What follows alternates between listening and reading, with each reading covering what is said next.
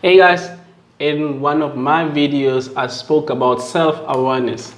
Then later on, I was like, what is it?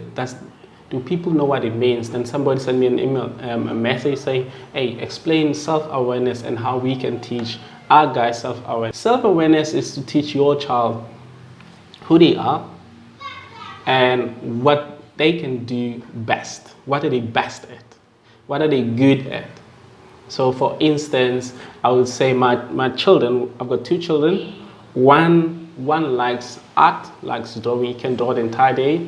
And my second child, my daughter, likes ballet. She lives and eats ballet. Everything that she does is ballet. My son, everything he does is he loves coding and he also loves art more than any other thing.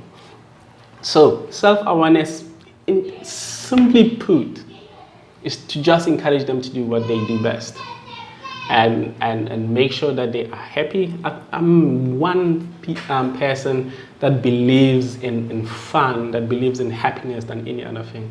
I'm not big in achievements. I'm not big in the marks, symbol that children get. I'm not big on that. I'm just big on children's happiness. I want my children to be happy. Either they're doing good at school or not doing good. As long as they're happy, I want to see a lot of that. So self-awareness is your child, you've noticed that they love something. And now it's your duty to start building on that. For instance, if he loves art, you're going to buy paint, you're going to buy whatever that has to do with that. Then you support it and you encourage them to paint.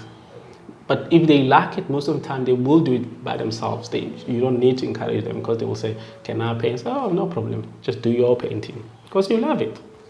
And you get that fulfillment from painting. So I'm not going to stand on your way. And once that happens, they will paint and then they will come back to you and say, wow, I just did this paint. It looks awesome. It's like, wow. Then you celebrate them. Even though you see like there's a lot to learn, you celebrate them. So that's great.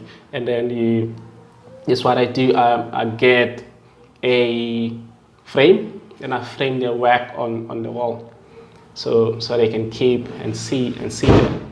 And if there are painting school, art schools around, and you take them to art schools and let them be with other artists that do painting. And if there are competition involved, them encourage them to be part of that competition, and just like that you continue going and you make sure that they enjoy and they grow with this art and encourage them to continue doing that. And you take them to art school, you take them to competitions, you put up their art on the wall so that they can see themselves all the time. If there's art galleries around you take them to art galleries, and that's what you do. Same thing as when they do soccer, ballet. You support them, and you make them fall in love, already in love with whatever that they do. But you supporting, you encouraging, you always being there. You just high-fiving them and say, you're the best. Whatever that you're doing, you are great at art, you're great at soccer, so continue doing it. And they develop that self-awareness. And once they get to a certain stage in their lives, nobody will tell them that their art is not good. Nobody will tell them their art sucks. No, they will never take it. Because they knew from young age, Dad always said my art is great. Mom said my art is always great. And now they build that thick skin that, you know what, nothing will stop me. Our children need a lot of that. And I know, like when you at school or at university, you went or everywhere in social media, especially artists, when you check their backgrounds, they didn't start maybe singing now. They started singing a long time ago.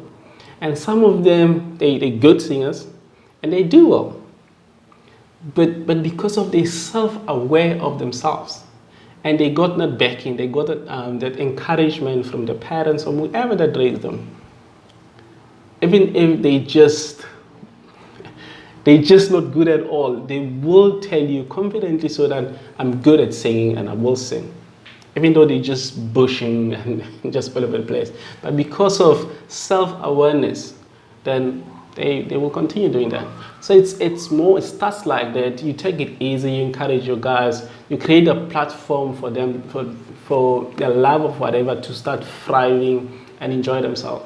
What most important, guys, is make sure that your guys are happy and they love doing what they do. And to see that, you notice, you support it. The best thing that you can do is to support and expose them to whatever skill that they love, to the passion. Okay, my children's artwork. So as I've mentioned in the video, that I'm encouraging them to be self-aware and getting the frames, just to encourage them to keep going. And maybe move close to this one here. That's what I did.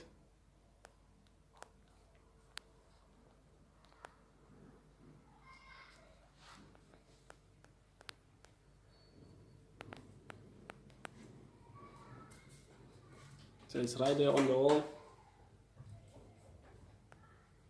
And that's it.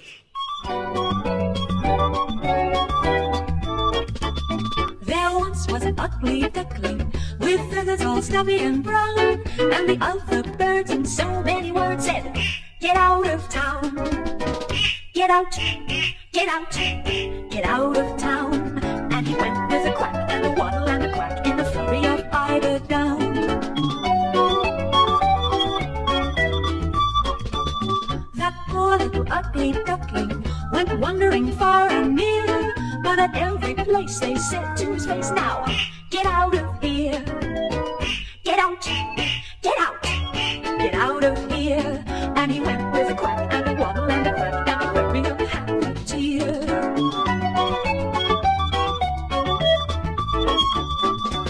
Through the winter time he hid himself away, ashamed to show his face, afraid of what others might say.